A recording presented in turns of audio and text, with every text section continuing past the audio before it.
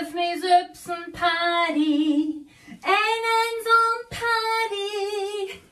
Ja, ihr kickt vielleicht, was ich hier in den Bootstuf eins veranstaltet, ne? Man von doch, am 5. Dezember, da ist der Bootwand-Partytag. Ehrlich, hätte ich mal ein Ehepaar aus den USA gedacht. Und wenn je mich fragt, in der heutigen Zeit wie Corona, wo wir so und so nie Ruth dröft, uns mit einer Lüte ropen oder Party mucken, du hast das hier doch perfekt.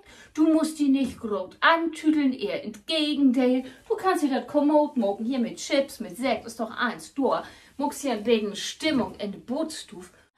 Du, und dann ist das ja auch so, wenn du die denn noch ein Gesichtsmask muckst, du siehst ja nur die Party besser und das Feuer, wann hast du das all?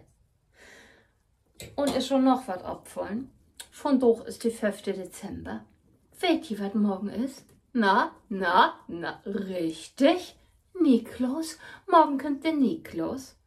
Und ich meine in düsse Tiden, wo ihn anders kein Besorg mehr kriegt. Du, freut dann sich doch wohl auch über einen Ohrenmann mit Bord, oder nicht? Und für den wird wir schon auch gut sehen. Also, mockt ihr mit, bin Bootwand Party nach?